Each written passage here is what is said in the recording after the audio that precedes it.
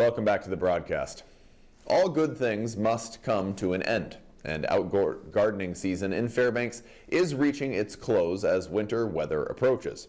As the threat of overnight frost begins to hang in the air, we spoke with Rissy Greenhouse about ways to keep your vegetables safe until you are ready to harvest them.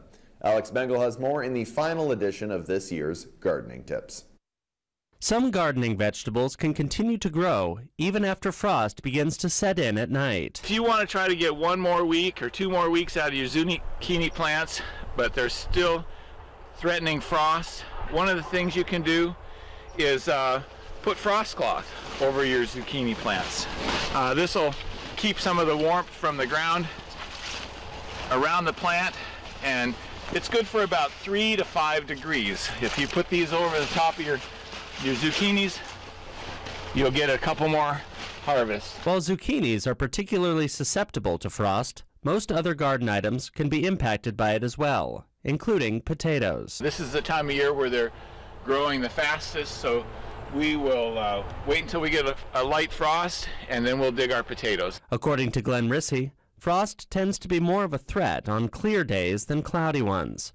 When expecting frost, growers can help protect plants by watering them less. If the plant is somewhat dry going into the evening, the cells are smaller and they can take light frost. It's when the cells are fully expanded because they're completely watered, that's when they are more susceptible to bursting. However, some plants like cabbages, cauliflower, broccoli, and kale are hardier against frost. Those are the cole crops. They can actually take a little light frost.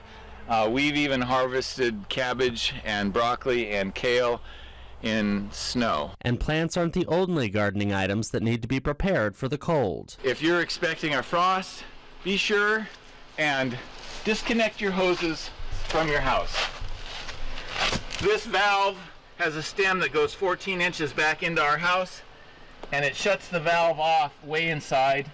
And if you remove your hose, it allows the water to drain out of the spigot. Rissy recommends disconnecting the hoses once the frost starts, and from that point on, disconnecting after every use. Otherwise, that section of pipe that's from the back of the valve to the spigot can freeze and break, and you'll end up with a damaged valve that will leak in your wall. I'm Alex Bengal, reporting for News Center Fairbanks. Gardening Tips on News Center Fairbanks is brought to you by Rissy Greenhouse.